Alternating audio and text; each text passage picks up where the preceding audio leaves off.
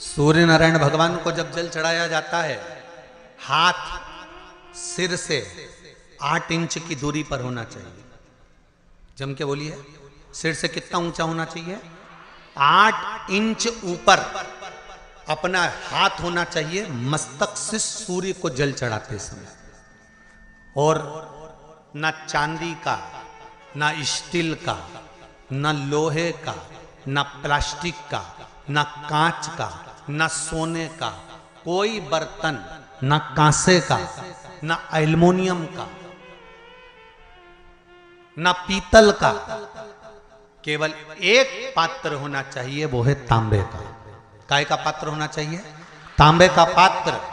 और सूर्य नारायण भगवान को जब 8 इंच ऊपर तुम्हारा हस्त है और जब हम सूर्य को जल चढ़ा रहे हैं, कैसे जल चढ़ाना है वो भी समझ लीजिए। अगर कोई कैंसर का मरीज है, जिसके चेस्ट में कैंसर आ गया हो, लेफ्ट में, राइट में कहीं पर कैंसर आ गया हो, या कोई गठान आ गई हो, तो महाराज आप जल चढ़ाते समय उस जल की धार को सूर्य भगवान को जब चढ़ा रहे हो तो धार आपकी गठान की ओर जाना चाहिए, जिससे सूर्य की किरण उस जल में से आपके उस स्थान पर पड़े, उस जगह पर पड़े जहां पर गठान है। महाराज आप लगातार जल तो चढ़ाना चालू करो, अच्छे अच्छे डॉक्टर फेल हो जाएंगे और कह देंगे गठान ठीक हो गई।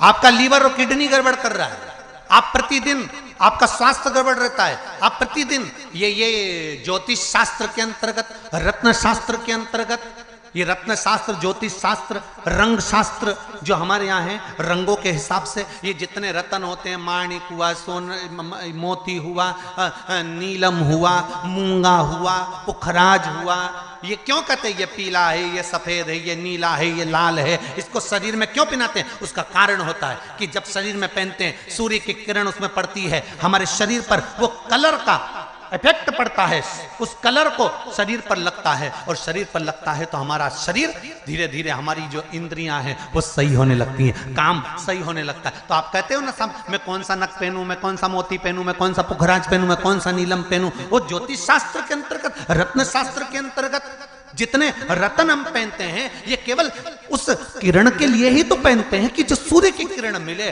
उस किरण का प्रभाव हमारे शरीर पर पड़े। तो इन सबसे अच्छा है कि सुबह शंकर भगवान का नाम लो, तांबा का लोटा में जल भरो, 8 इंच ऊपर सिर से हाथ होना चाहिए, और सूर्य नारायण भगवान का दर्शन साधारण नहीं, जो जल तुम चढ़ा रहे हो, वो जल की जो धार आ रही है उसमें सूर्य का दर्शन होना चाहिए, तो कैंसर की बीमारी कभी नहीं हो सकती।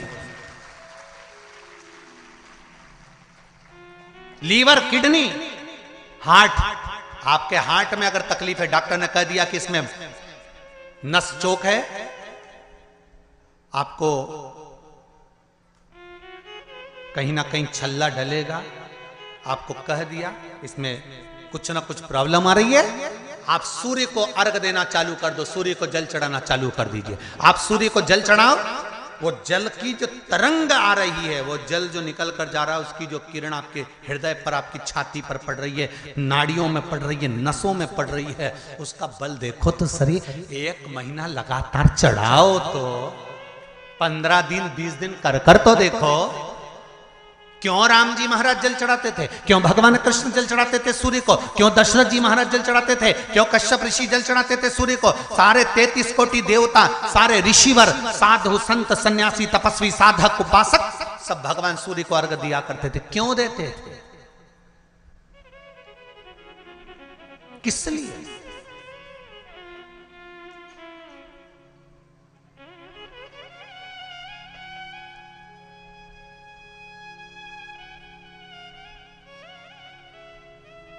सूर्य नारायण भगवान को जल चढ़ाते समय आपके पंजों की एड़ी ऊंची नहीं होना चाहिए, ध्यान दीजिएगा महाराज।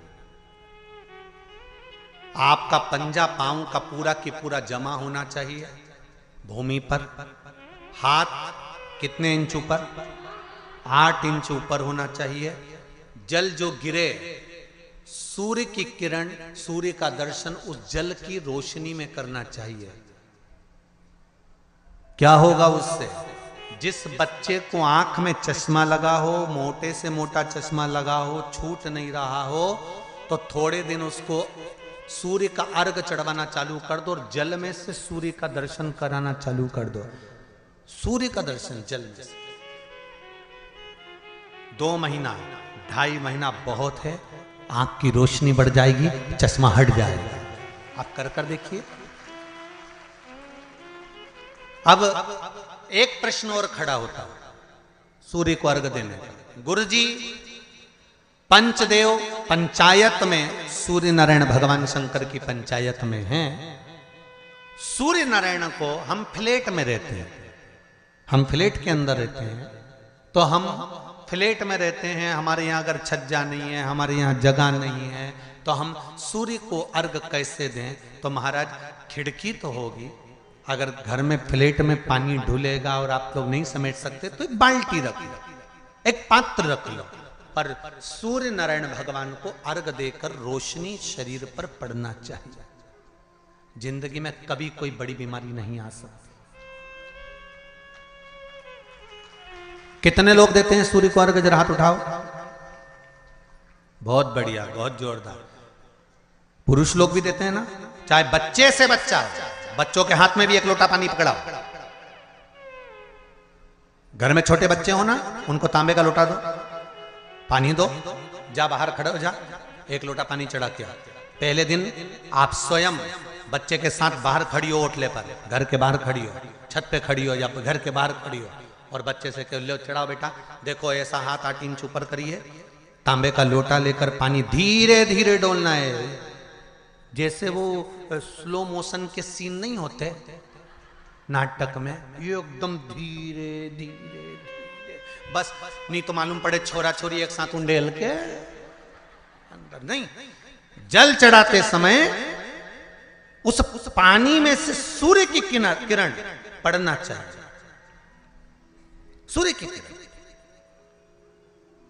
एक बात और कहना चाहूंगा, अगर आप लोग स्वीकार करेंगे तो, अगर कहीं आपको लगता हो कि बच्चा पढ़ने में कमजोर है, विद्या में कमजोर है, रिजल्ट अच्छा नहीं आ रहा, पढ़ने में कमजोर है, वो पढ़े, अपनी जगह पढ़े, वो कार्य करे अपनी जगह करे, मेहनत करे अपनी जगह करे।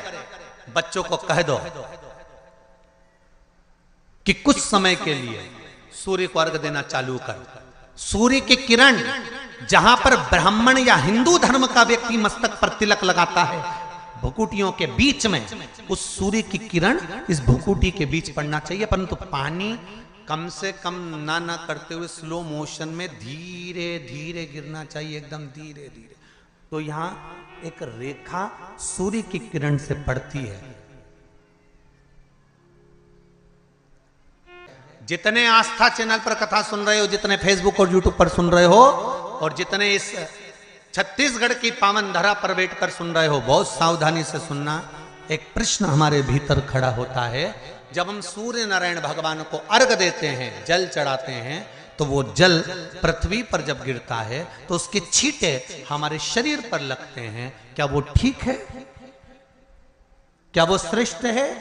तो शिव महापुराण की कथा कहती है, जब हम सूर्य को अर्घ देते हैं, सूर्य को जल चढ़ाते हैं, वो पानी जब पृथ्वी पर गिरता है, उसके छींटे हमारे शरीर पर लगते हैं, तो वो श्रेष्ठता का भाव निर्मित करते हैं, वो गलत नहीं हो सकता।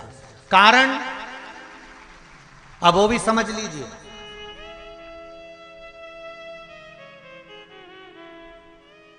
अब सूर्य नारायण भगवान को आप जल चढ़ा रहे हो, तो छींटे नहीं लगे, उसके लिए क्या स्टूल पे चढ़ के चढ़ाओगे कि कुर्सी पे चढ़ के चढ़ाओगे?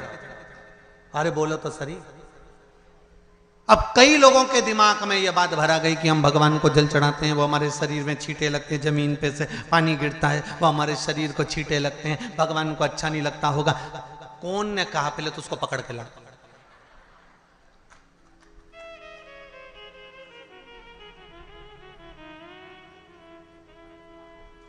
क्योंकि मेरे राम जी महाराज, मेरे भगवान कृष्ण,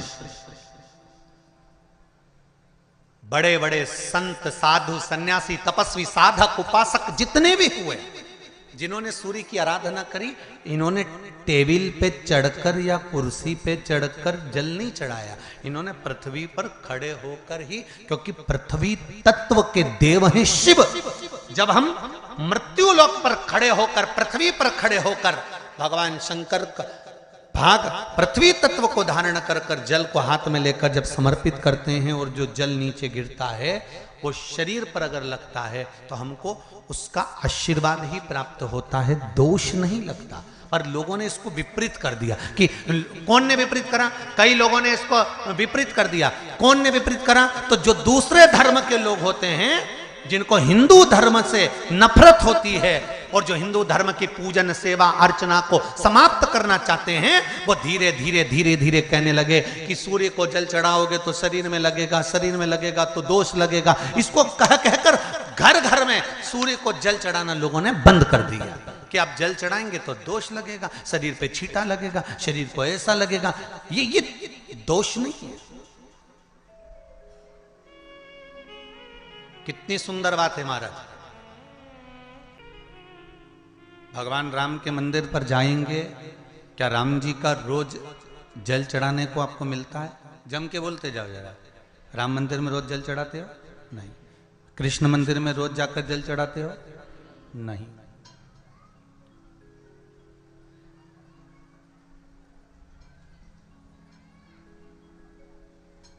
किसी भी देवता के मंदिर में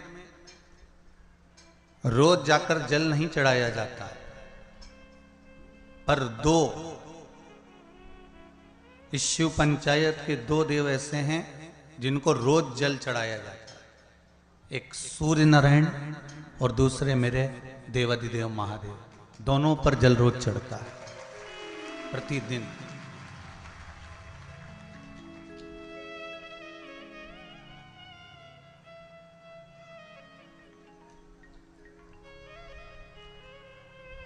शिव पंचायत में जो दो देव विराजमान हैं, ये कोई साधारण नहीं है महाराज।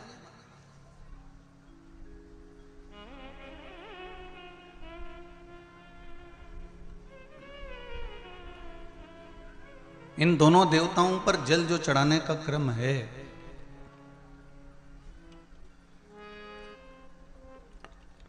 और दोनों ही देव, चाहे मेरे भास्कर देव हों, सूर्य देव हों, आदित्य देव हों, चाहे मेरे देव अधिदेव महादेव हों, दोनों पे जल चढ़ाने का महत्व है। आप में से कितने लोग हैं जो सूर्य को रोज प्रतिदिन अर्घ देते हैं? जरा हाथ उठाइए। बहुत सारे हैं। इधर लीजिए, इधर लीजिए। बहुत बढ़िया, करना चाहिए। ये जो आज के समय में दुनिया के लोगों को जो ये बीमारियां हो रही हैं ना, कि हृदय गति रुक जाती है, कहीं अटैक आ जाता है, कहीं हार्ट काम करना बंद कर देता है, कहीं लीवर किडनी में सूजन आने लगती है, कहीं लीवर काम करना बंद कर देता है, कहीं किडनी काम करना बंद कर देती है, कहीं डायलिसिस चालू हो जाता है, कहीं बाईपास करवाना पड़ जाता है, कहीं नसें ब्लॉक होने लगती हैं, डॉक्टर ने कह दिया बाईपास कराओ।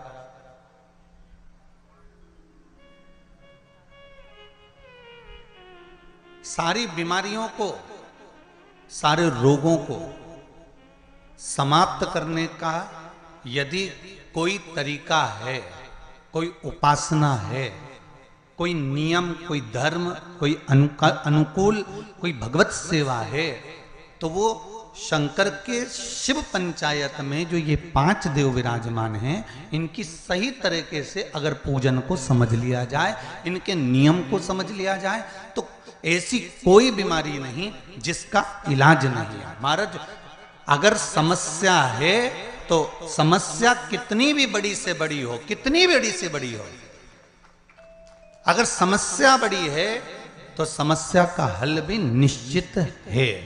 अगर कोई रोग आया है तो उसकी दवाई है।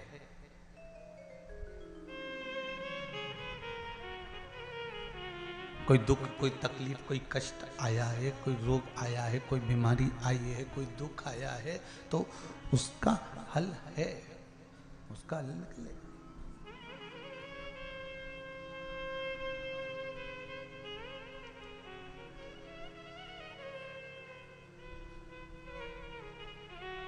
शिव पंचायत को हमें समझना है। और छत्तीसगढ़ की इस पावन धरा से कथा सुन रहे हो, मां बमलेश्वरी के पास में बैठकर हम भी सोचे कि आखिर ये कथा शिव पंचायत मां बमलेश्वरी के पास क्यों हो रही है। क्योंकि पंचायत में, शंकर की पंचायत में 5 देव हैं। पहला विष्णु, दूसरा सूर्य, तीसरा गणेश, चौथी है मां दुर्गा और 5वें नंबर पर है शंकर। ये 5 देव मिलकर शिव पंचायत बनती है। तो हमने विचार करा कि आखिर ये मां बमलेश्वरी के पास में कथा क्यों हो रही है, डोंगरगढ़ के पास में ये कथा क्यों हो रही है, डोंगरगढ़ बमलेश्वरी से 25 किलोमीटर दूरी पर यह कथा क्यों हो रही है। तो समझ में ये आया कि मां बमलेश्वरी दुर्गा भवानी इस कथा को इसलिए करवा रही है क्योंकि शिव पंचायत में 5 देवताओं में आद्य शक्ति बमलेश्वरी ही मूल रूप से विराजमान है। श्री शिवाय नमस्तुभ्यम। शिव आराधना में अगर हमारा चित्त लगा हुआ, ये जितनी जितनी बीमारियां हैं, फिर निवेदन करूंगा छत्तीसगढ़ की इस पावन धरा से, चाहे हार्ट से जुड़ी हो, चाहे लीवर से जुड़ी हो, चाहे किडनी से जुड़ी हो, चाहे बड़े से बड़ी, यहां तक शरीर में अगर गांठ भी पड़ी हुई है, तो इन शिव पंचायत के एक एक देवता का पूजन का विधान समझ लीजिए। बस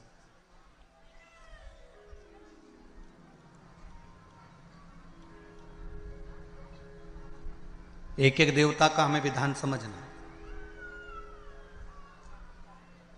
शिव परिवार का मंदिर आपके गांव में भी होगा, है शिवलिंग, गणेश जी, कार्तिकेय, पार्वती जी, नंदीश्वर, ये सब अपने गांव में भी रहता, अपने गांव में भी है। ठीक है।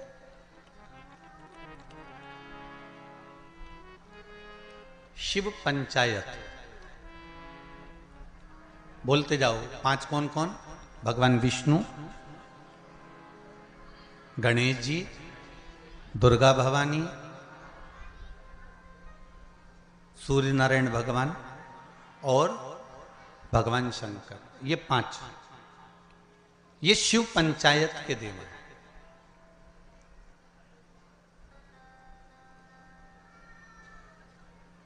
कहते हैं पंच तत्व से मिलकर ये मनुष्य का शरीर बना हुआ है।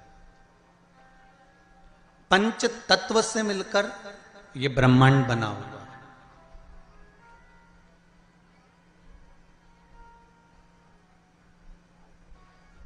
पंच तत्व से मिलकर ही शरीर है और पंच तत्व से मिलकर ही ब्रह्मांड। 5 देव, जब हमारा शरीर छूट जाता है, आत्मा चली जाती है, शरीर जब पड़ा रहता है, तब इसको अग्नि में दिया जाता है।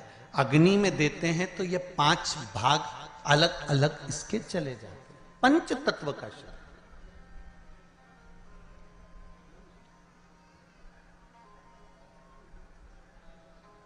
ब्रह्मांड में सबसे ज्यादा क्या चीज है? पृथ्वी की पानी। अगर आप नेट पर सर्च करेंगे, निकालेंगे, करेंगे, कहीं सुना होगा तो सबसे ज्यादा है जल। शरीर में भी सबसे ज्यादा क्या है? अरे जम के तो बोलो, जल। सबसे ज्यादा जल। पंच तत्व के 5 देव शिव पंचायत में है। पहले नंबर पर है गणेश, जो जल के देव हैं। काय के देव हैं? जल के। शरीर में भी अगर जल है तो उसके देव श्री गणेश जी महाराज हैं, और मृत्यु लोक में भी अगर जल है तो उसके देव श्री गणेश जी महाराज।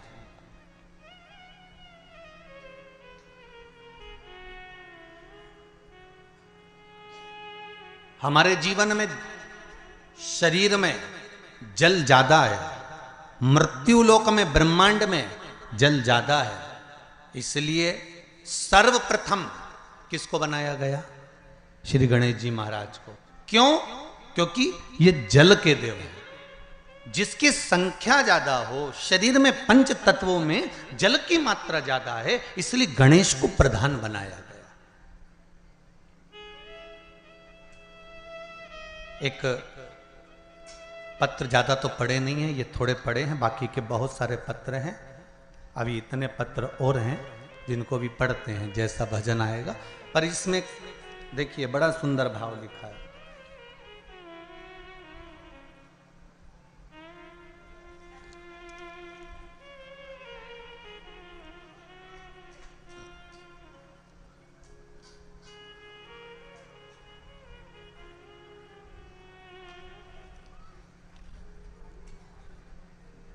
रानू गोस्वामी पाटन जिला दुर्ग से हैं।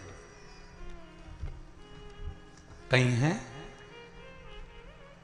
आप ही हैं? जरा दोनों हाथ हिला दो एक बार। हर हर महादेव। दीदी आपने पत्र लिखा है, रानू गोस्वामी पाटन जिला दुर्ग से।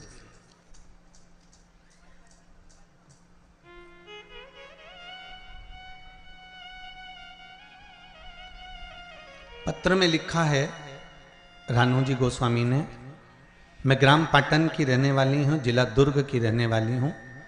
मैं पशुपति व्रत का क्या वर्णन करूं गुरुदेव। दीदी आपने पत्र में लिखा है, मेरे जेठ जी का काम छूट गया था, कोई काम नहीं था। आपकी भिलाई में कथा जब शुरू हुई तब हम लोगों ने सुनी थी। कथा सुनने के बाद पशुपति नाथ का व्रत किया, जिसके प्रभाव से उनको पुनः काम मिल गया, और काम भी मिला तो ऐसा कि जो सोचा ही नहीं था, ये शिव की कृपा से प्राप्त हुआ। पत्र में लिखा है। और इसी पत्र में पंचदेव के जलदेव का वर्णन भी आया, उसको समझिएगा जरा, देखिए।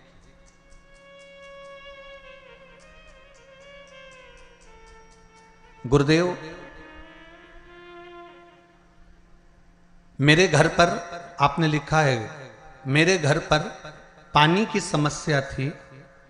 आस्था चैनल पर भी पत्र पढ़ाया जा रहा है, जिससे कई लोगों को लगे कि कहीं गुरुजी तो पत्र नहीं लिख देते हो, इसलिए आप लोगों को पत्र आस्था चैनल के माध्यम से भी आपको बताया जाता है।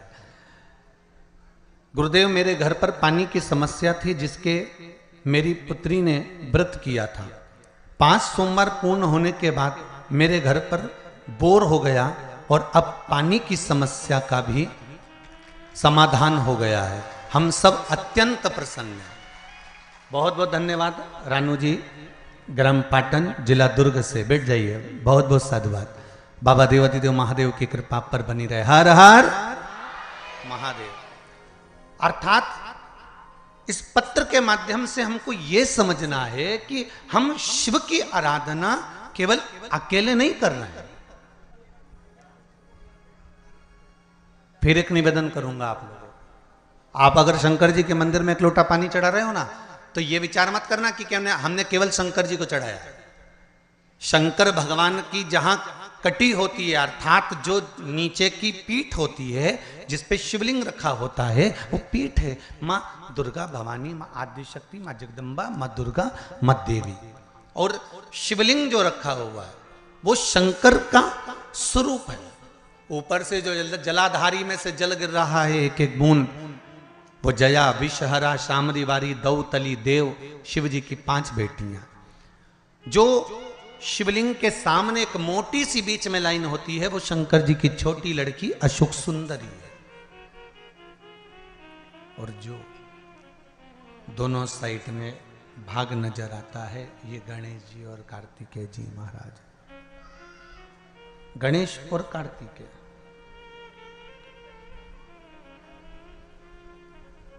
जहां से जल निकलकर बाहर जाता है मंदिर के बाहर की ओर जाता है, वहां और शिवलिंग के पास में 33 कौटी देवताओं का स्थान होता है। आप जिस कामना से पशुपति व्रत करते हैं, आप जिस कामना से पशुपति व्रत का नियम धारण करते हैं, पशुपति व्रत करते हैं, जिस कामना से आप पशुपति व्रत उठाते हैं, शिव की आराधना करते हैं, पूजन करते हैं, अर्चना करते हैं, तो गणेश की आराधना भी स्वतः साथ में हो जाती है। देवी की आराधना भी साथ में हो जाती है, सूर्य देव की आराधना भी साथ में हो जाती है, सभी देवताओं की आराधना साथ में। और जब आराधना साथ में होती है तो उसका फल भी हमको प्राप्त होता है।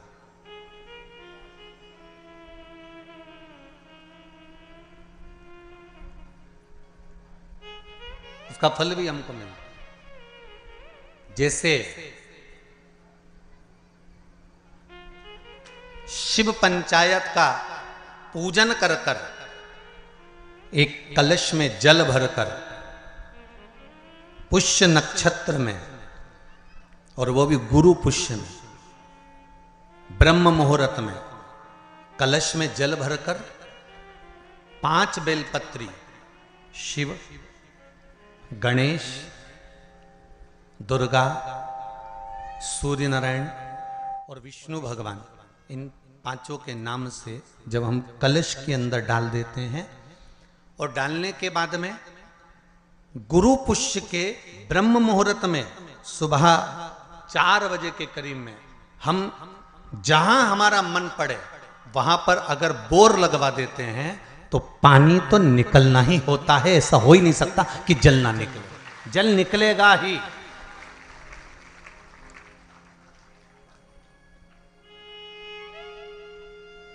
बस जो 5 देव के नाम से अपने 5 बेलपत्री जल के पात्र में रखी, वो कलश जहां बोरिंग हो रहा है उस स्थान पर रखा होना चाहिए।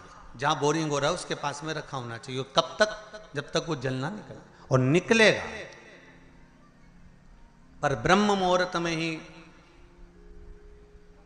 गुरु पुष्य के दिन उसका जल खनन होना चाहिए महाराज। भूमि में से जल के लिए प्रयास होना चाहिए।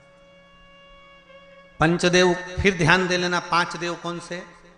शिव पंचायत के।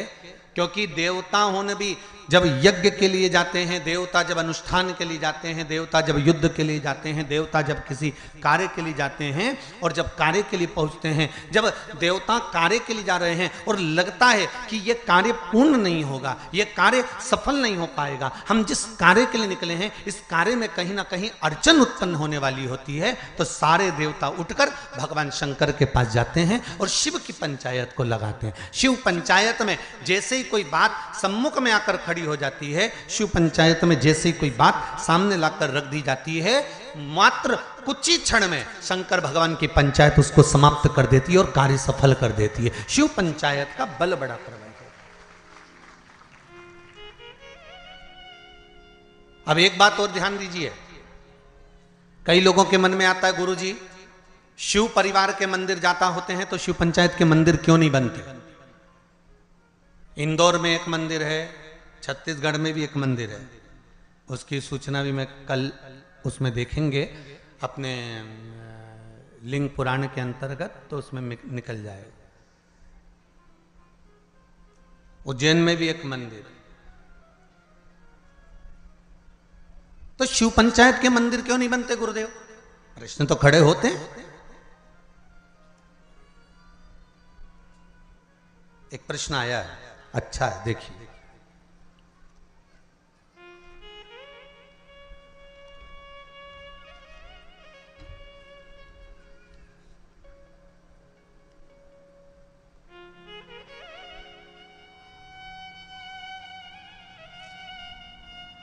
पायल चावड़ा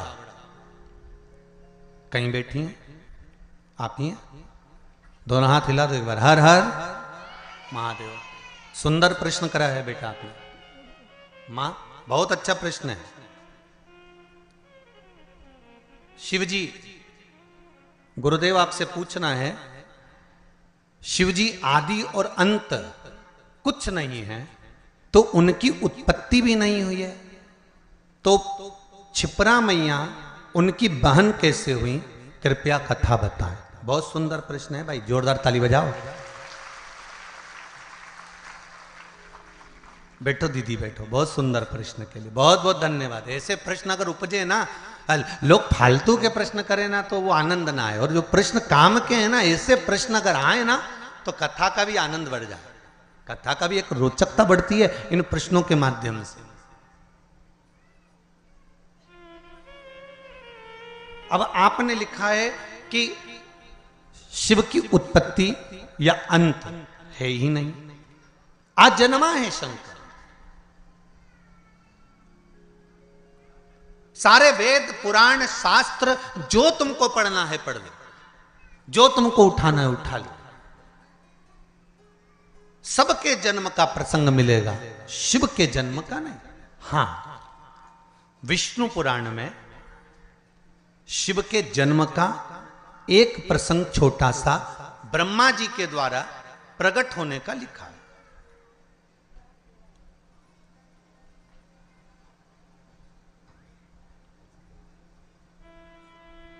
अब एक बात समझने वाली है, आजन्मे शिव हैं तो उनकी बहन कैसे? तो शिव महापुराण कहती है, स्कंद पुराण का काशी खंड और उज्जैनी खंड आप अगर ध्यान देंगे तो उसमें मिलेगा आपको, श्रवण करेंगे आप या उसको पढ़ेंगे उज्जैनी खंड के अंतर्गत, काशी खंड के अंतर्गत, स्कंद पुराण में, तो उसमें एक बात बड़ी सुंदर लिखी है स्कंद पुराण में। जैसा दीदी ने प्रश्न किया है कि उनकी अंत भी नहीं है तो उनकी उत्पत्ति भी नहीं, तो उनके संबंध कैसे? पर काशी खंड में एक शब्द वेदव्यास जी ने लिख दिया स्कंद पुराण के अंतर्गत। वेदव्यास जी लिखते हैं कि भगवान शिव जितनी लीलाओं को करते हैं ये संपूर्ण ब्रह्मांड के कल्याण के लिए करते हैं, खुद के लिए शिव जी ने कोई लीला नहीं करी। हमारे भगवान शंकर ने खुद के लिए कोई लीला नहीं करी। मेरे राघव जी ने जो लीला करी अपने पिता के वचन को निभाने के लिए करी। मेरे भगवान कृष्ण ने जी लीला करी वो अपने माता पिता के अनुकूल करी है। पर मेरे शंकर, मेरे नारायण जो लीला करते हैं वो लीला का क्रम देवताओं के हित के लिए भी होता है। पर मेरे भगवान देवादिदेव महादेव जितनी लीला को करे हैं, मेरे शंकर भगवान ने जो जो धारण करा, जो जो लीला करी, चाहे माता सती को भस्म करवाया हो, चाहे पार्वती के साथ में मंगल विवाह हुआ हो, चाहे गणेश जी महाराज का प्रागट्य हुआ हो, चाहे कार्तिकेय बाबा का प्रागट्य हुआ हो, चाहे जया विषहरा शामली बारी दौतली या अशोक सुंदरी का प्रागट्य हुआ हो, चाहे शिव की जितनी लीलाओं का क्रम आता है, ये शंकर भगवान ने स्वयं के लिए नहीं, शंकर भगवान ने संपूर्ण जनमानस के कल्याण के लिए, अर्थात जनमानस को प्रेरणा देने के लिए करी।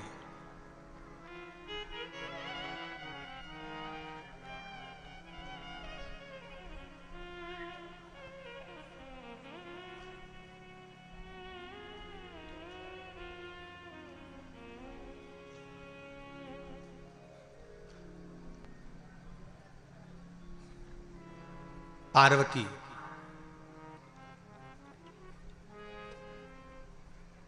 नर्मदा, मां गंगा, क्षिप्रा, सरयू, मंदाकिनी, गोदावरी, कृष्णा, भारत की भूमि की जितनी पवित्र नदियां हैं, भारत की भूमि की जितनी पवित्र नदियों का उद्गम है,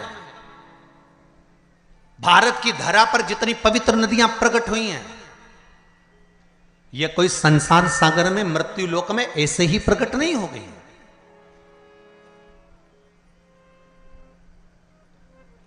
देव अधिदेव महादेव के पास में बारंबार सारी नदियों के लिए प्रागट्य के लिए निवेदन किया गया, पंचायत में यह सिद्ध किया गया, तब जाकर इन नदियों को प्रकट किया गया। और एक बात अपने जीवन में उतार कर रखना, जितनी पवित्र नदियों में आप स्नान के लिए जाओ, जितनी पवित्र नदियों में आप स्नान करने के लिए जाओ, आपसे करबद्ध हाथ जोड़कर निवेदन है कि उन नदियों की पवित्रता पर कभी दाग लगाकर मत आना। परंतु आप और हमने सारी पवित्र नदियों को गंदा कर कर रखा, सारी पवित्र नदियां।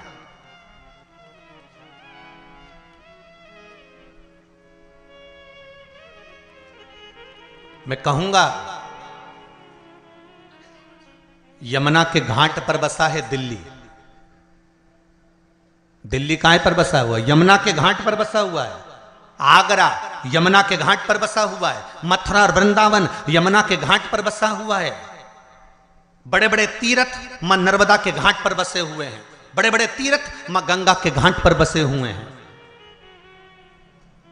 बड़े बड़े तीर्थ मां कृष्णा के घाट पर बसे हुए, गोदावरी के घाट पर बसे हुए हैं। ये पवित्र पवित्र नदियां जिनको देवता स्वयं अपने लोक से लेकर मृत्यु लोक में आए हैं। एक भी नदी इस भूमंडल पर नहीं थी, परंतु कहीं शंकर भगवान ने कहा, कहीं देवी ने कहा, कहीं सूर्य ने कहा, कहीं किसी ने कहा, सबने कहीं ना कहीं इनकी आराधना करिए और इनको मृत्यु लोक पर लाने के लिए अथक प्रयास करा, अथक प्रयास। अगर आप शिव पंचायत की कथा को सुन रहे हो तो अपने जीवन में एक बात उतार कर रखना कि शिव पंचायत में एक एक नदियों के उद्गम की कथा का वर्णन है महाराज। और सारे देवताओं ने घोर तप कर कर, घोर तप कर कर इन नदियों को पृथ्वी पर लेकर आए, भूमंडल पर लेकर आए। और नदियां जब भूमंडल पर आ गई, जरा विचार करिए, हजारों हजार वर्ष तक ऋषियों ने, संतों ने, साधुओं ने, देवताओं ने तप साधना करी, तब ये नदियां पृथ्वी पर आई। और पृथ्वी पर आने के बाद ये नदियां इतनी पवित्र रही। और आज उन संतों लोग तो इन नदियों को लेकर आ गए और हम क्या कर रहे हैं? इन नदियों को ओझल करते जा रहे हैं, इन नदियों को छुपाते जा रहे हैं, इन नदियों पे मकान बनाते जा रहे हैं। कहीं गंदा पानी, कहीं नालों का पानी, कहीं गंदगी सब इन पवित्र नदियों में भेजते जा रहे हैं। और विचार कर रहे हैं कि यमुना मैया हमें तार देगी, विचार कर रहे हैं गंगा मैया हमें तार देगी, विचार कर रहे हैं नर्मदा मैया हमें तार देगी, क्षिप्रा मैया तार देगी। तो कैसे तारेगी?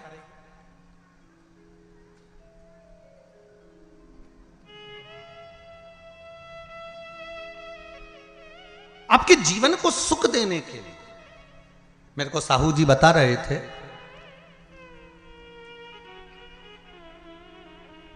श्री दिनेश जी कह रहे थे कल गाड़ी में, कहे गुरुजी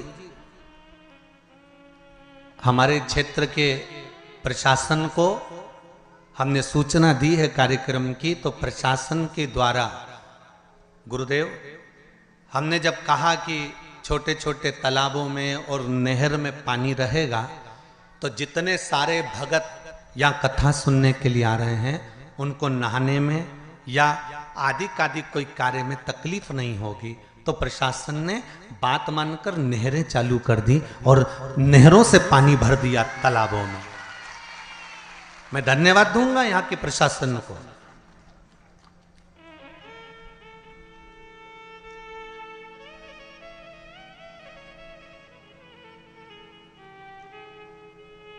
जिन्होंने नहरें चालू कर दी कि भगत लोग, अगर इस छोटे से गांव में जब इतनी बड़ी कथा हो रही है, इतना बड़ा पंडाल लगा हुआ है, इतने जनमानस, और विश्वास नहीं था कि आज पहले दिन इतने जंगल के अंदर गांव, गांव के अंदर गांव, गांव के अंदर गांव। हम भी गाड़ी में पूछते रहे इनसे कि हम सीहोर से चले भोपाल, भोपाल से उतरे कौन सा गढ़, डोंगरगढ़, माँ बमलेश्वरी के दरबार, और डोंगरगढ़ से फिर चले तो निकलते निकलते निकलते निकलते महाराज छुरिया है। अब हम समझे कि छुरिया ही हलकोसा होगा, हलकोसा ही छुरिया होगा। भाई हमारे यहाँ जैसे नाम होता है ना, जैसे किसी का नाम बोल देते थे क्या बहरू और नाम उसका दूसरा था, कमल किशोर या राम किशोर, तो उसका घर का नाम दूसरा। तो हम सोचे हो सकता छुरिया का नाम ही हलकोसा होगा, हलकोसा का नाम ही छुरिया होगा। पर यहाँ आते आते मालूम पड़ा कि डोंगरगढ़ से निकले, फिर यहाँ से निकलते निकलते निकलते निकलते आगे पहुँचे तो मालूम पड़ा वहाँ से छुरिया तो उधर निकल गया, हलकोसा इधर निकल गया। अब हलकोसा भी आते आते आते आते ये पास के गांव के लोग वो गाड़ियों को उधर घुमा के ले गए। तो हमने मैं स्कूल के बाहर पढ़ा तो दूसरा गांव था, तो हमने जजमान से फिर पूछा क्यों जी अभी हलकोसा नहीं आया, बस 2 किलोमीटर दूर है। हमने कहा तुम कहते कहते तो 25 लिया है।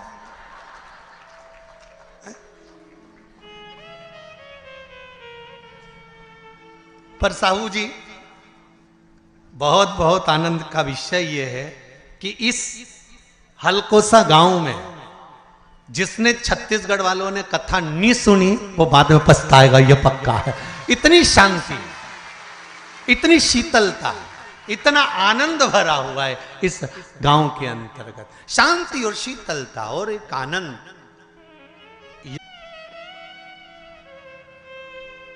वो सुख है।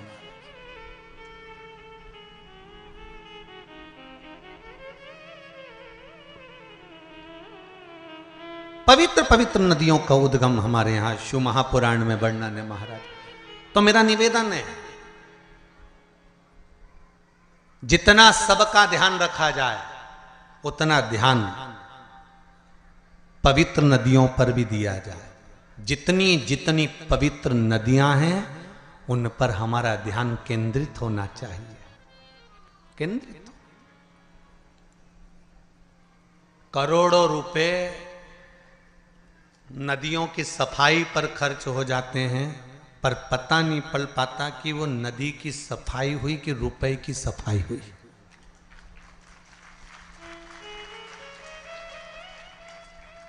पवित्र नदियां,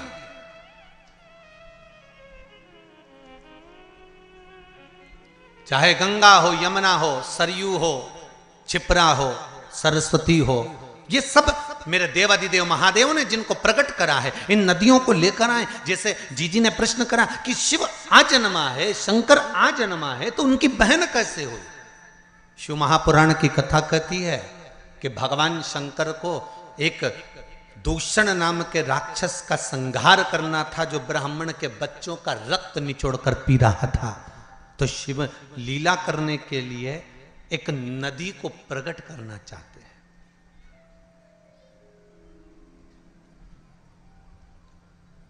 देवताओं के हित के लिए शंकर गंगा को प्रकट करना चाहते हैं। वेद व्यास जी के ज्ञान की वृद्धि करने के लिए शंकर भगवान सरस्वती को प्रकट करना चाहते हैं। संसार में बहुत गरीब से गरीब भी लोग रहेंगे जो अपने घर में शंकर की मूर्ति अगर रखेंगे तो उनके पास यज्ञ करने का पैसा भी नहीं होगा, हवन करने का धन भी नहीं होगा।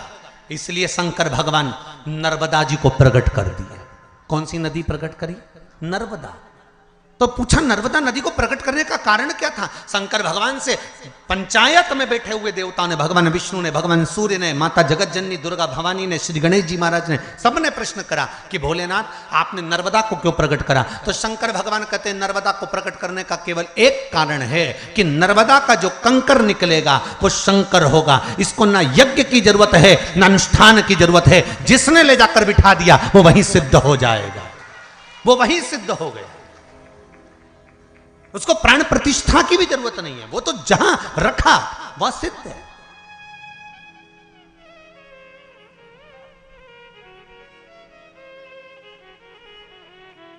मेरा भोला शिव शंकर ओघड़दानी दयालु दातार संपूर्ण विश्व के कल्याण के लिए लीला करता है। इसलिए नर्मदा का कंकर शंकर कर दिया।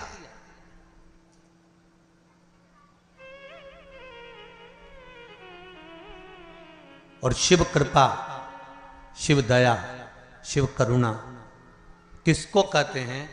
कि जहां शंकर की कथा होती है, शंकर का स्मरण होता है, शंकर का भजन होता है, वह भूमि भी, कंकर भी शंकर हो जाता है। और कुछ दिन के लिए, 7 दिन के लिए तो हलकोसा की ये पावन धरा भी, कंकर भी शंकर। एक कंकर शंकर का भी पत्र अच्छा आया, देखिए।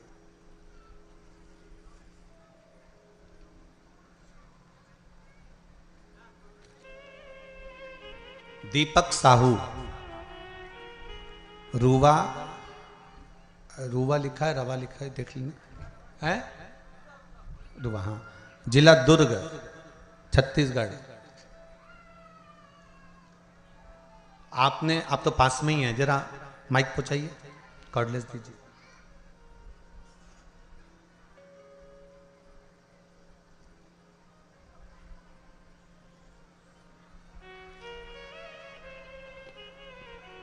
आपने पत्र में लिखा है, गुरुदेव रुद्राक्ष महोत्सव चल रहा था कुबेरेश्वर धाम पर, और रुद्राक्ष महोत्सव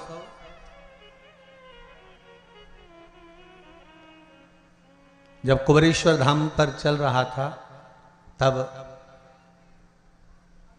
हम लोगों ने टिकट करवा रखे थे। 10 लोगों के सबके टिकट हुए और सबने टिकट करवाए। गुरुदेव सबके टिकट कैंसिल भी हो गए क्योंकि आपने व्यासपीठ से सबको आने के लिए मना कर दिया था। सही है? श्री शिवाय नमस्तुभ्यम। श्री शिवाय नमस्तुभ्यम गुरुजी। कहाँ से हैं बाबू आप? ग्राम रुदा, जिला दुर्ग। कहाँ है ये? दुर्ग के पास, दुर्ग से 30 दुर्ग छत्तीसगढ़ से। जी जी, क्या कृपा करी बाबा ने? जी, जैसे ही मैं कुबेश्वर धाम से आया, मेरा काम पेंटिंग का काम करता हूँ। आपका टिकट कैंसिल नहीं हुआ था क्या? हो गया था। हो गया? नहीं हुआ था टिकट। मैं टिकट कैंसिल करने के लिए स्टेशन गया, जहाँ से टिकट कैंसिल करवाया वहाँ गया, बिलासपुर। आवाज बढ़ाइए बाबू। हाँ, मैंने टिकट कैंसिल करने के लिए स्टेशन गया और जहाँ से करवाया वहाँ गया, वहाँ से भी नहीं हुआ तो बिलासपुर फ़ोन लगाया। मेरे दोस्त रेलवे में हैं, बोले आपका टिकट कैंसिल नहीं हो पा रहा है। तो मैं सोच में पड़ गया कि मैं क्या करूं जी। तो फिर मेरा तो ध्यान कुबेश्वर धाम पे था, तो फिर मैं बिना सोचे ही अकेले निकल पड़ा। और जैसे ही मैं वहाँ गया, अच्छा दर्शन हुआ, जगह भी सामने मिल गया मेरे को। उसके बाद जैसे ही वहाँ से आया, दूसरे दिन से रोज़ फ़ोन आता है कि यहाँ काम है, वहाँ काम है। मैं बता नहीं सकता बाबा जी, ऐसा लगता है कि मैं कुबेश्वर धाम पे ही रहूँ। जय हो, जय हो। आपने एक लाइन बड़ी सुंदर लिखी है।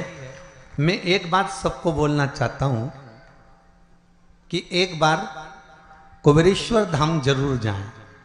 ये आपने लिखा है पत्र में, मतलब कुबेरेश्वर बाबा ने आपको दिया ना।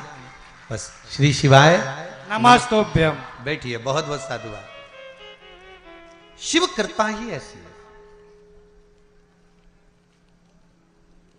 अब जहां जैसे लिखा है इन्होंने, दीपक जी साहू ने, कि गुरुदेव सबके टिकट कैंसिल हो गए, मेरा नहीं हुआ। मतलब कहीं ना कहीं बाबा को बुलाना था।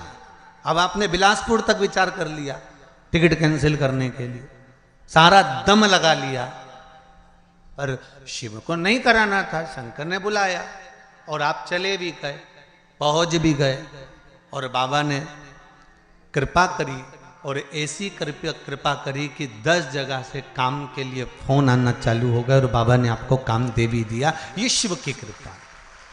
आप विश्वास रखकर अगर कथा को श्रवण कर रहे हैं, विश्वास रखकर कथा स्मरण कर रहे हैं, मैं फिर निवेदन करूंगा, भले आस्था चैनल पर कथा सुन रहे हो, चाहे मोबाइल पर कथा सुन रहे हो, चाहे फेसबुक यूट्यूब पर कथा सुन रहे हो, चाहे पंडाल में बैठकर कथा सुन रहे हो, आपकी चित्त वृत्ति मन विश्वास के साथ अगर कथा सुन रहा है तो ये मानकर चलना कि 3 महीने में बाबा कुंवर भंडारी आपके भंडार भर ही देगा। ये पक्का।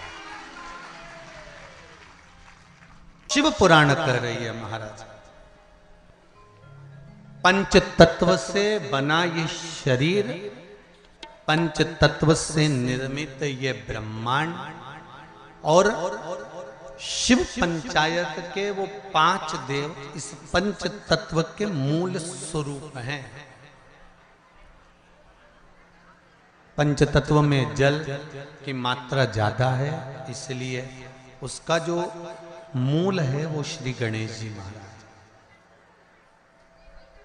दूसरे नंबर पर हैं पंच तत्व में वायु, और वायु के अगर कोई देव मूल रूप से माने गए हैं तो वो भगवान विष्णु है। शरीर में वायु का एक मूल स्थान होता है।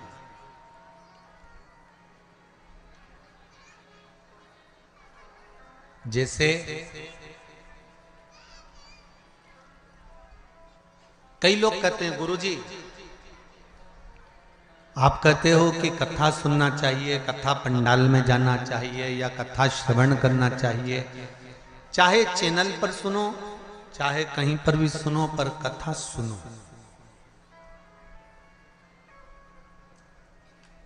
भाई एक बच्चे ने प्रश्न किया था कि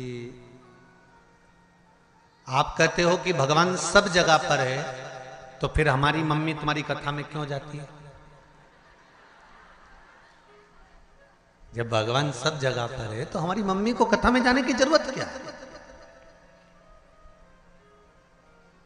हमने भी वही कहना चाहते हैं। हवा सब दूर है, बोलो सही है कि गलत है? बोलते जाओ जरा जम के, सही है। हवा सब जगह पर, और गाड़ी के पहिया पंचर हो गया हो, उसकी हवा निकल गई हो, और तुम किसी से जाकर कहो कि तुम पहुंच गए छुरिया में और वहां जाकर तुमने कहा कि साहब हमारी गाड़ी के पहिए की हवा निकल गई है, और कोई तुमसे कहे हवा तो सभी जगह पर है, हवा की कोई कमी नहीं। अभी हम छुरिया तो नहीं गए, पर जाएंगे जरूर एक बार। नाम इतना जोरदार है तो घूमने में क्या दिक्कत है? तो कोई तुमसे कहे कि सब हवा निकल गई है पहिए की, और हवा तो वो कोई तुमसे कहे ज्ञान की बातें, हवा तो सभी जगह है। तो सब जगह है तो पहिए की हवा सभी जगह है, सभी जगह। ठीक। अब तुमने सोचा ये तो पागल है, इसके क्या मुंह लगना। फिर किसी के पास गए, वहां जाकर तुमने कहा भैया हवा हमारी गाड़ी के पहिए की हवा निकल गई, तो वो तुमसे कि हवा तो अच्छे अच्छे की निकल जाती है।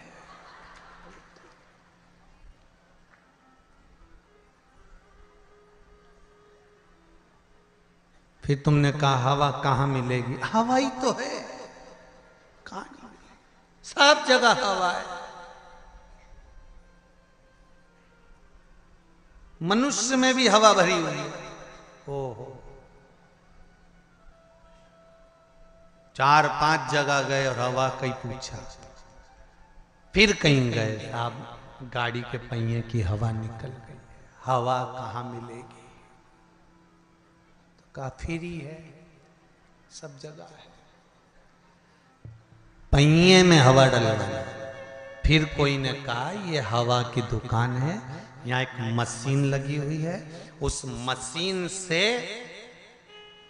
टायर में हवा, जम के बोलो जरा, भरी जाती है।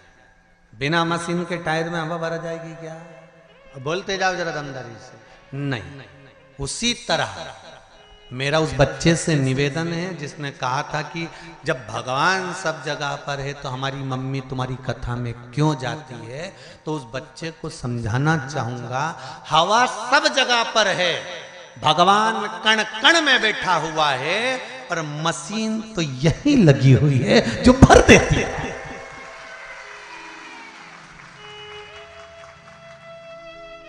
बिना मशीन के टायर में हवा नहीं भरा सकती। प्राप्त होगी हवा, पर वो मशीन से प्राप्त होगी। भगवान सब जगह पर है, कण कण में, रसातल में, जल में, थल में, वायु में, आकाश में, पताल में, तुम्हारे घर में, चप्पे चप्पे में भगवान है। पर भगवान को पाने का स्थान अगर कहीं है, जैसे हवा भरने का स्थान हवा वाले की दुकान है, उसी तरह भगवान को पाने का स्थान सत्संग और शिव महापुराण की कथा है, जहां परमात्मा मिल जाए। क्यों जाते हैं मंदिर, क्यों जाते हैं भगवान के दरवाजे पर? कि वहां भगवान मिल जाए। हवा की दुकान है, वो मिलेगा, प्राप्त होगा वो। भगवान विष्णु को वायु कहा है, वायुदेव कहा है। महाराज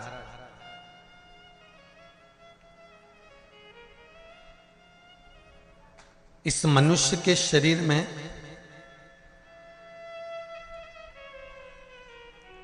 वायु का अपना एक तत्व का, पंच तत्व में से एक तत्व है वायु, जो शरीर के अंदर है।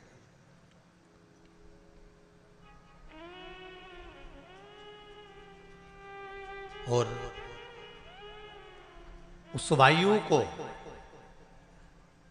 एकाग्रित रखने के लिए हमारे यहां मंत्रों का प्रभाव है, मंत्रों की प्रबलता।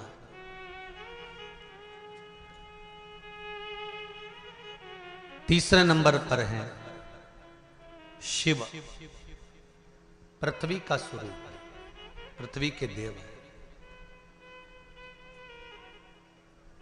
पृथ्वी का देव 33 कोटि देवताओं में किसी को नहीं कहा गया, पृथ्वी का देव केवल एक को कहा गया है, वो देव अधिदेव महादेव है, क्योंकि ये पृथ्वी के देव हैं। मृत्यु लोक का अगर आधिपत्य किसी के पास है तो शिव के पास।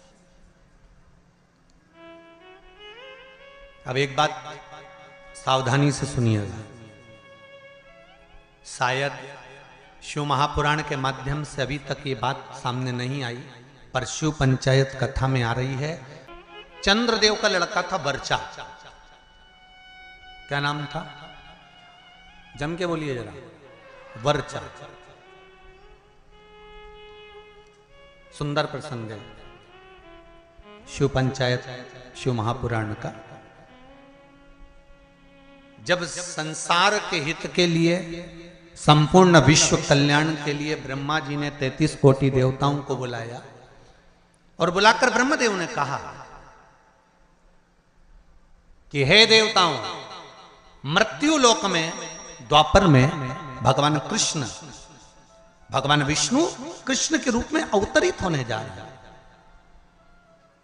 सारे देवता अपने अपने पुत्रों के साथ में, अपनी अपनी पुत्रियों के साथ में, पुत्र वधुओं के साथ में, धर्म पत्नियों के साथ में 33 कोटि देवता द्वापर में रूप रख रख कर आप भी जन्म लो, आप भी प्रकट हो, क्योंकि भगवान कृष्ण आ रहे।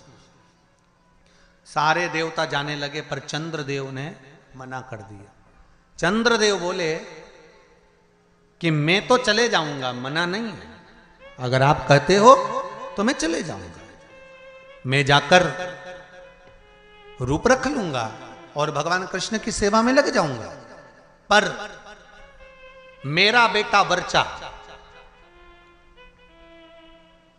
चंद्रदेव कहते मेरा पुत्र वर्चा नीचे नहीं जाएगा।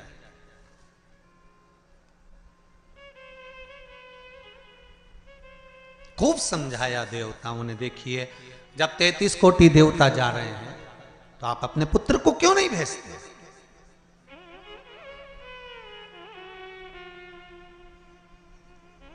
शिव महापुराण की कथा एक बड़ा सुंदर बात कह रही है, अच्छी लगे तो रख लेना, नहीं लगे तो जाते जाते कहीं कोई कुंड या तालाब मिले तो उसमें पटक देना। बात तो कहेंगे व्यासपीठ से, अच्छी लगे तो रखो।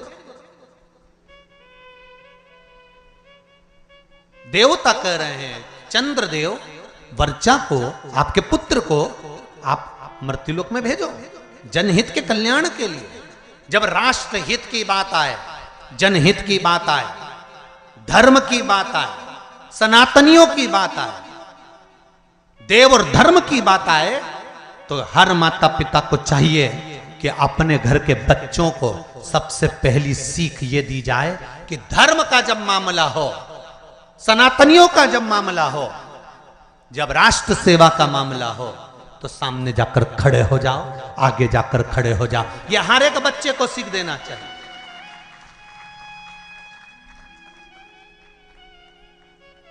पर हम अपने बच्चों को सीख देते हैं, कहां जा रहा है? अरे मम्मी, और देखो जरा, भगवान के मंदिर में अनुष्ठान चल रहा है, साहू परिवार शिव महापुराण की कथा करवा रहा है, गांव में कथा हो रही है, गांव के अंतर्गत कार्यक्रम चल रहा है, संपूर्ण गांव का कार्य है, तुझे क्या करना जाकर? वो तो उनका काम है ना, चुप बैठ रहे। माता और पिता को चाहिए कि अगर हमारे गांव में अगर आए हैं इतने मेहमान, हमारे गांव में इतने लोग कब आएंगे साहब? ये तो शंकर की कृपा से शिव के रूप में आए हैं, कब आएंगे? बल्कि घर के लोगों को यह चाहिए कि अपने बच्चों से कहे, तेरी परीक्षा हो गई, पढ़ाई हो गई, एग्जाम हो गए, रिजल्ट अपनी जगह आएगा। 7 दिन शिव महापुराण की कथा चल रही है, जाकर पंडाल में सेवा करो, झाड़ू लगाओ, कोई को जरूरत हो पानी पिलाओ, किसी चीज की जरूरत हो तो सेवा करो। 33 कोटि देवता भी शंकर भगवान की सेवा में लगे रहते हैं। तुम खुद देख लो, कल तक यहां पर इतनी तेज गर्मी पड़ रही थी, प्रचंड धूप पड़ रही थी, और आज निकल कर देखो तो चारों तरफ छाए नजर आई।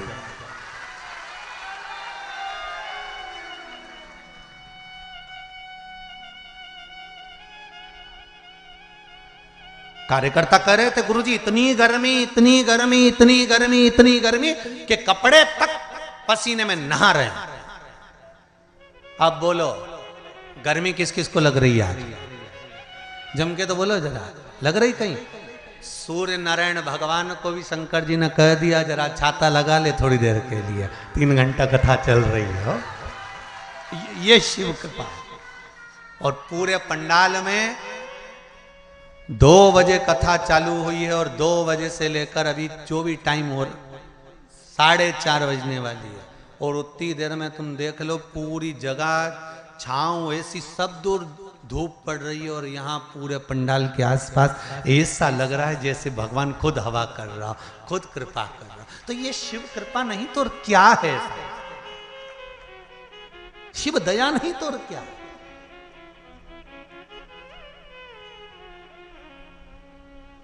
अरे तेरा ही दिया मैंने खाया पिया है, तेरा शुक्रिया है, तेरा शुक्रिया है। मुझे भोले बाबा ने बहुत दे दिया है, तेरा शुक्रिया है, तेरा शुक्रिया है। जब धर्म हित की बात आए, सनातनियों की बात आए, देव और देवताओं की बात आए, तब हमारे बच्चों को हमें सीख देना है कि आगे बढ़ जा। पर चंद्रदेव ने अपने पुत्र वर्चा को कहा यह नहीं जाएगा, द्वापर में मृत्यु लोक में भगवान नारायण के साथ में कार्य करने के लिए नहीं जाएगा।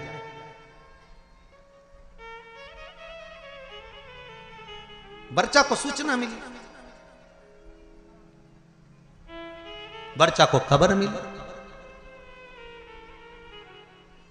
कई लोगों के मन में एक प्रश्न आता है, भगवान कृष्ण पांडवों के साथ थे? बोलो तो, थे ना? भगवान कृष्ण अगर पांडवों के साथ थे, भगवान कृष्ण को मालूम था अभिमन्यु चक्रव्यूह में फंस चुका है, भगवान कृष्ण चाहते सुदर्शन उठा के अभिमन्यु को बचा सकते थे। भगवान कृष्ण चाहते तो अभिमन्यु की रक्षा कर सकते थे, भगवान कृष्ण चाहते तो अभिमन्यु को बचा सकते थे, अभिमन्यु की रक्षा कर सकते थे। जब अर्जुन, नकुल, सहदेव, भीम, युधिष्ठिर, ये 5 की रक्षा मेरे कृष्ण ने हर घड़ी, हर पल, हर क्षण करी, तो सुभद्रा का पुत्र है अभिमन्यु।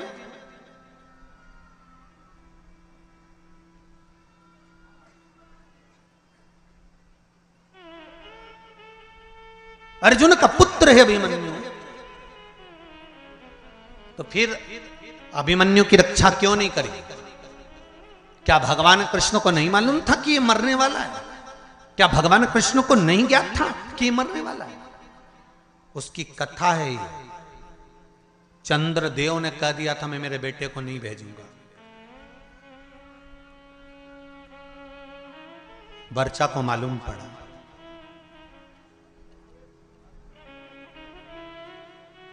और वर्चा को मालूम पड़ा कि मेरे पिता चंद्रदेव ने मना कर दिया है जनहित के कार्य के लिए, देवहित के कार्य के लिए। क्यों? क्योंकि पुत्र का मोह नहीं छूट रहा, पुत्र आसक्ति नहीं छूट रही।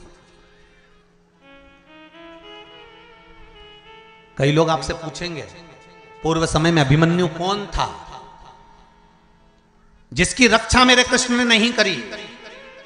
पांडवों की रक्षा करी पर अभिमन्यु की रक्षा नहीं करी। लोग आपसे प्रश्न करेंगे, आपको उत्तर देना पड़ेगा। घर के छोटे बच्चे पूछेंगे, मम्मी चक्रव्यूह में अभिमन्यु पड़ा था, महाभारत देखकर कहेंगे। जब भगवान कृष्ण पांडवों के साथ थे तो अभिमन्यु की रक्षा क्यों नहीं करी? तो आपको बताना पड़ेगा कि अभिमन्यु पूर्व समय में चंद्र का पुत्र वर्चा था और इसकी रक्षा क्यों नहीं करी, वो भी कथा वर्णन कर रहे। ये शिव पंचायत, शिव महापुराण में चरित्र आता है हमारा। अभिमन्यु का पूर्व का नाम था वर्चा, चंद्र का पुत्र।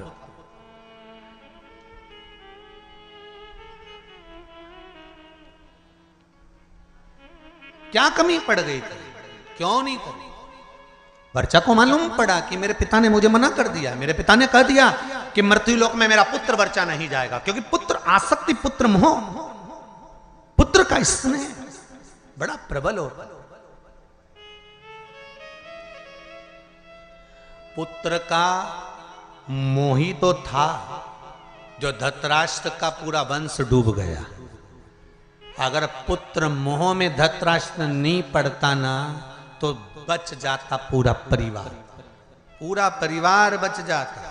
पर माताओं और भाई, जितने लोग कथा सुन रहे हैं, आपसे निवेदन है, इतना पुत्र मोह मत पालना कि तुम्हारी औलाद ही तुमको नष्ट कर दे, तुम्हें बर्बाद कर दे। ऐसा पुत्र मोह मत पालना।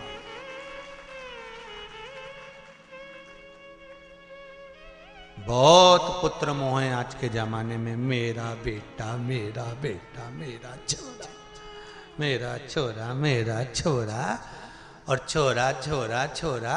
और जब आई छबीली, फिर काय का छोरा।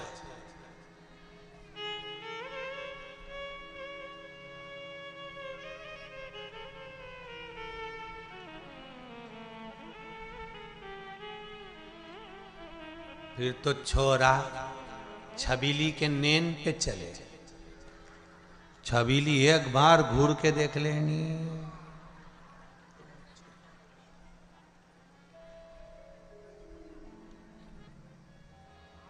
इतना बल।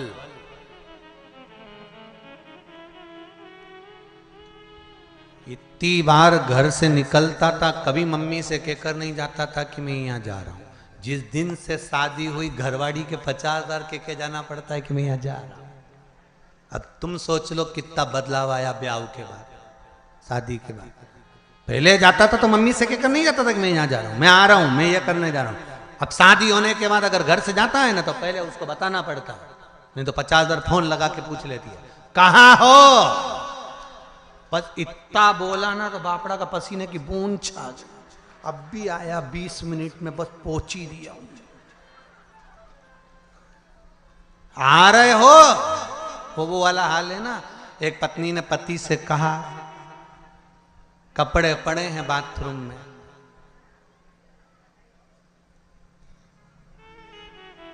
धो देना, नहीं तो मैं धो दूंगी। अब समझदार पति था, समझ गया अगर कपड़े नहीं धोए तो ये अपने को,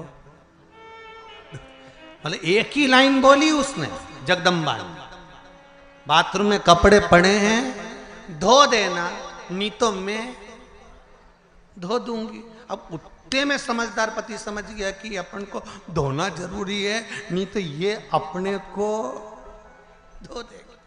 तो बेचारा नहाया बाद में, पहले वाने कपड़े ही धोया, क्योंकि उसको मालूम था नहीं तो अपने धो देगी दारू। तो ये निवेदन है आप सबसे, बच्चों को। वर्चा ने कहा अपने पिता चंद्र से कि आप पुत्र मोह में पड़े हो, पुत्र मोह की आसक्ति है आप।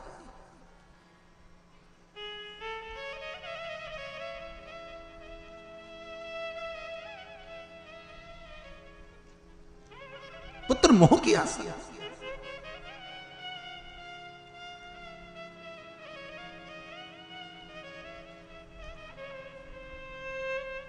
बेटा, मैं नहीं चाहता कि मृत्यु लोक में तुम द्वापर में भगवान विष्णु के साथ नीचे लीला करने के लिए जाओ, क्योंकि नीचे मैं जानता हूं युद्ध होने वाला है और युद्ध होगा और सब समाप्त होगा। वर्चा ने कहा चंद्रदेव से, पिताजी दो क्षण भी अगर भगवान का साथ मिलता है ना तो उससे बढ़कर कोई कृपा नहीं हो सकती। जब रावण मरा था तो मंदोदरी सिर पटक पटक कर रो रही थी, रावण की धर्म पत्नी मंदोदरी।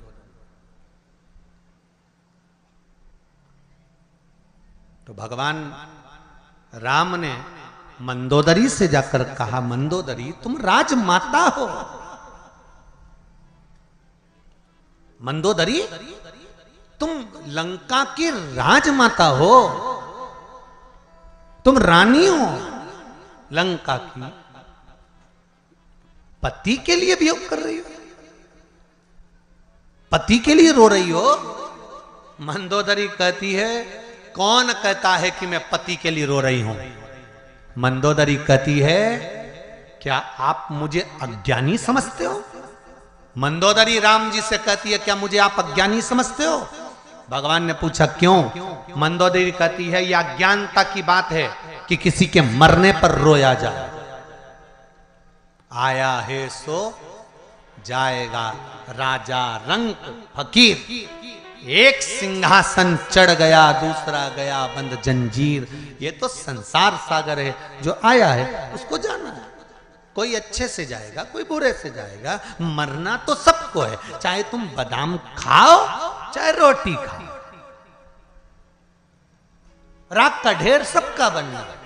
कहीं की ब्यूटी क्वीन भी होगी ना, उसके मरने के बाद राख क्वीन नहीं होगी।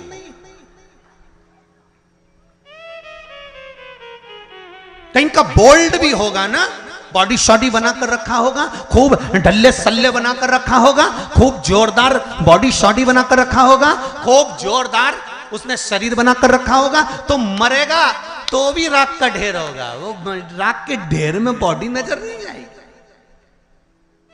और 4 घंटे तुम अगर मेकअप भी करोगे ना तो मरने के बाद मेकअप ढेर में नहीं दिखाएगा। तो बादाम खाओगे तो भी मरोगे, नहीं खाओगे तो भी मरोगे, रोटी खाओगे तो भी मरोगे, नहीं खाओगे तो भी मरोगे। तो ये अंदाजे में मत रहना कि मृत्यु तुम्हारा चेहरा देखकर तुम्हें 2, 4, 8 दिन और ज्यादा दे देगी। यमराज से किसी की रिश्तेदारी थोड़ी ना कि तुम जोरदार, बहुत जोरदार श्रृंगार मिंगार करके रहो, 2 घंटा तक पेंसिल लाइन खींचो, डब्बा भरो, फिर खजूर वाली चोटी करो, न जोरदार तैयार मैयार होके रहो। तो तुम सोचो कि यमराज आएगा तो मैं तो उससे कह दूंगी न बाजू वाली के ले जा, न मेरे को छोड़ जाओ। तो यमराज कहीं तुम्हारा काका जी लगे तो छोड़ जाएगा। इस अंदाजे में मत रहना रही हो छत्तीसगढ़ वाली।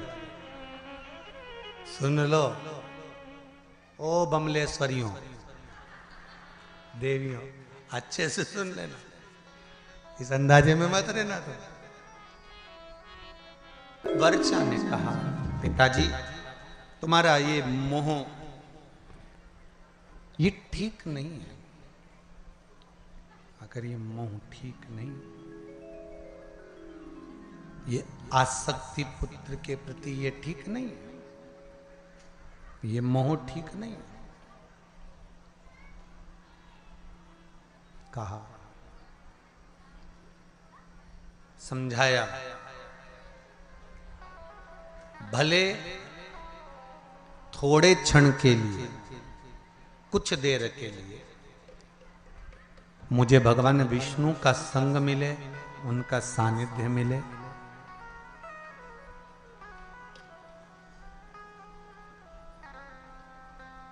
पर मिला तो सही ना।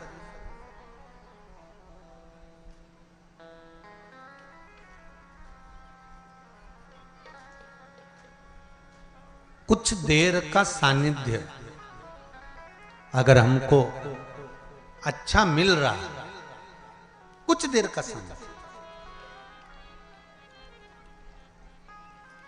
तो पहले भगवान को धन्यवाद देना कि हमको अच्छे लोगों का संग सानिध्य मिल रहा है।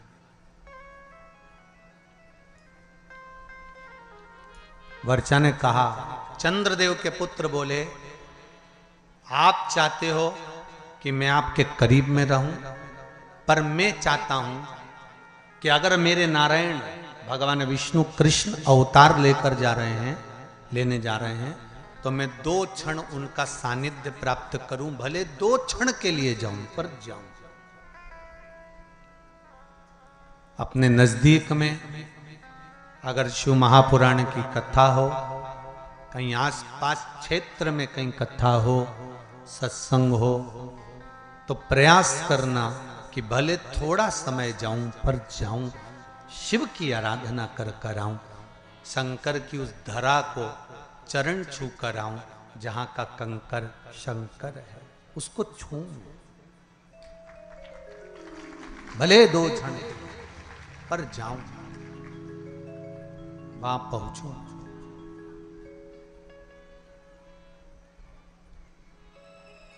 अविरल भक्ति को मैं प्राप्त करूं।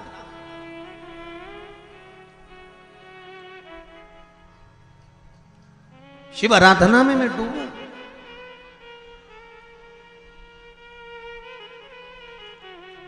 वर्चा, मुझे जाना है, पर पुत्र, मैं तुझे भेजने से पहले देवताओं से बात करूंगा। चंद्रदेव ने बुलाया भगवान ब्रह्मा को और ब्रह्मदेव से कहा, प्रभु मेरी एक बात को स्वीकार करेंगे? बोलिए, क्या बात? मैं अपने पुत्र वर्चा को भेजने को तैयार हूं, पर चाहता हूं कि ज्यादा समय मेरा पुत्र मृत्यु लोक में ना रहे, तुरंत मेरे पास वापिस लौट कर आ जाए। ब्रह्मा जी ने कहा, तथास्तु।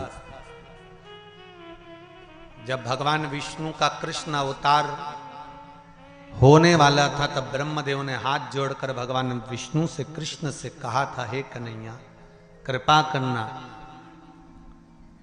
आप अर्जुन को, नकुल को, सहदेव को, भीम को, युधिष्ठिर को और भी जितने जितने हैं, इनको बचा लेना, पर चंद्र का पुत्र वर्चा जो अभिमन्यु बनकर जन्म लेगा, इसको मत बचाना, क्योंकि इसके प्राण छूटेंगे, ये तुरंत अपने पिता के पास चले जाए।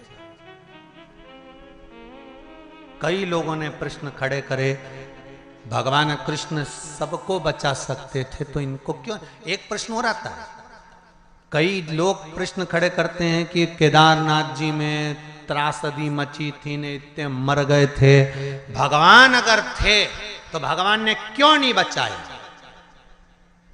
तुम्हारा जब जन्म होता है, ऊपर लिखा पड़ी होती है कितने समय के लिए जाना चाहते हो, सील ठप्पे ऊपर से लगे होते हैं, नीचे नहीं। जब अभिमन्यु जन्म ले रहा है, तो वर्चा स्वयं चंद्रदेव करेंगे, मेरा पुत्र मुझे शीघ्र चाहिए।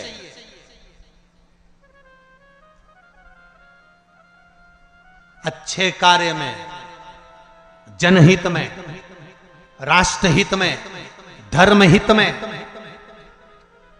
जगहित में, नेक कर्म करते हुए, अच्छा कर्म करते हुए अगर आपके प्राण चले जाएं, तो समझ लेना कि आपको भगवान ने थोड़े समय के लिए सील ठप्पे लगाकर ही भेजा था कि संसार में जाकर आपको ये अच्छा कार्य करना है, ये अच्छा करना है, आपके माध्यम से करना।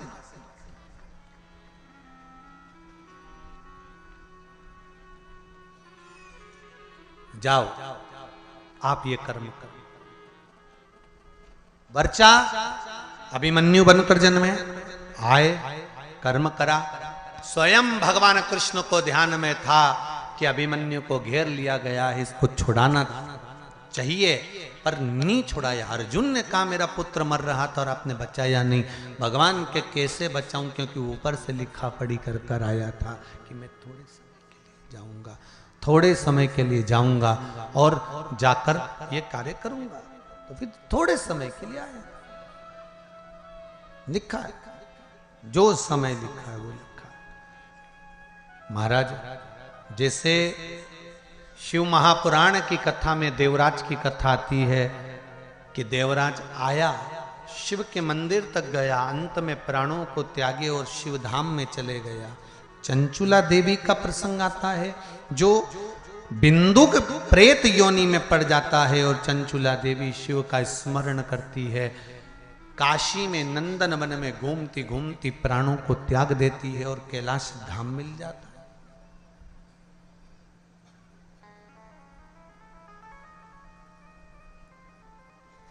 कैलाश धाम मिल गया उनको।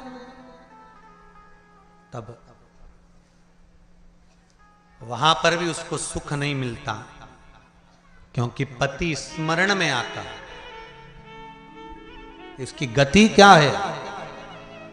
मेरा पति चोरी कर कर लाया, कपट कर कर लाया, छल कर कर लाया, बेईमानी कर कर लाया, प्रपंच कर कर लाया, ला ला कर मुझे दिया, पर उसको प्रेत की योनि मिल गई। भोग तो मैंने भोगा है ना, उसको प्रेत की योनि मिल गई। उस प्रेत योनि से उसको छोड़ाना, उस प्रेत योनि से उसको मुक्त करना। तो उसने देवाधिदेव महादेव से प्रार्थना कर कर फिर तुमरुका जी से शिव महापुराण की कथा सुनना चाहिए। शंकर और पार्वती ईश्वर जी और गोरा जी बनकर पधारे। हमारे बीच में ईश्वर जी और गोरा जी आ रहे हैं। जोरदार ताली बजाकर स्वागत करें शंकर और पार्वती का। ईश्वर जी गोरा जी बनकर, गणा और गौर बनकर पधार रहे हैं। बोल काशी विश्वनाथ भगवान की जय। ईश्वर जी और गोरा जी पधारे हैं। जोरदार ताली बजाएं भगवान शंकर और पार्वती का, जो सुंदर आनंद के साथ में शिव पार्वती कथा को श्रवण करने के लिए जा रहे। गणा और गौर बनकर कथा सुनाने वाले कोई दूसरे नहीं, कथा सुना रहे हैं श्री तुमरुका जी। एक निवेदन, तुमरुका कोई साधारण नहीं है, भगवान शंकर के प्रबल गण हैं, उपासक हैं, भक्ति में शिव की डूबने वाले, शंकर की आराधना में डूबने वाले तुमरुका जी। और फिर निवेदन करूंगा, कई पत्र हैं आप लोगों के जिसमें आप लोगों ने लिखा है कि बाबा ने कितनी कृपा करी है। पत्र तो बहुत सारे पढ़ नहीं पाते, पर निवेदन, जिस नारी का गर्व ना ठेरता हो, कई वर्ष हो गए हो, सफेद आंकड़े की जड़ लेकर शंकर भगवान पर से 21 बार घुमाकर तुमरुका जी का नाम लेकर उसको कमर में रजस्वला धर्म के 7वें दिन मंदिर में ही उसको कमर में बांध लेना चाहिए और बाबा से निवेदन करना चाहिए। उस जड़ को लेकर आना है तो पति पत्नी दोनों साथ जाएं, सफेद आंकड़े की जड़ को लेने के। ये नहीं कि पत्नी किसी नौकर चाकर से बुलवा ले या पति खुद लेकर आ जाए या पत्नी स्वयं लेकर, दोनों को जाना चाहिए और शिव नाम का स्मरण करना चाहिए, शंकर का भजन करना चाहिए, कीर्तन करना चाहिए। उसको कमर में बांधे, शिव नाम की भक्ति में डूबे, बाबा देवाधिदेव महादेव से प्रार्थना करे। विश्वास रखो, कई लोगों को बाबा ने संतान दी, आपकी भी झोली बाबा भरेगा जरूर। तुमरुका जी का स्मरण, भगवान तुमरुका जी ने शिव महापुराण की कथा कहना प्रारंभ करी। भगवान देवाधिदेव महादेव पार्वती जी के साथ में सुंदर शिव महापुराण के यजमान बनकर कथा को श्रवण करने के लिए आनंद के साथ पहुंचे हैं। यजमान शिव और पार्वती का पूजन कर रहे हैं। आरती का क्रम प्रारंभ होगा। भाव भक्ति से, आनंद से भगवान शंकर का आनंद भावपन सब यहाँ दर्शन कर रहे हैं। यजमान परिवार सुंदर आनंद से ईश्वर जी और गोरा जी का पूजन कर रहे हैं। बोल काशी विश्वनाथ भगवान की जय।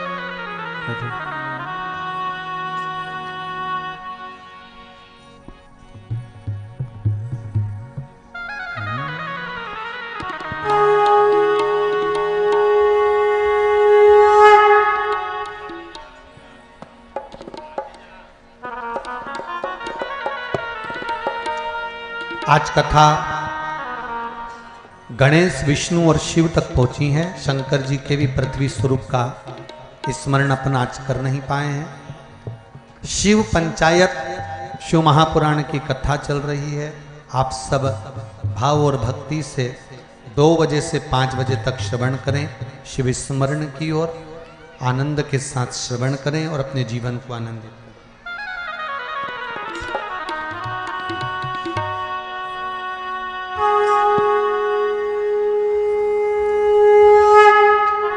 बोल काशी विश्वनाथ भगवान की जय।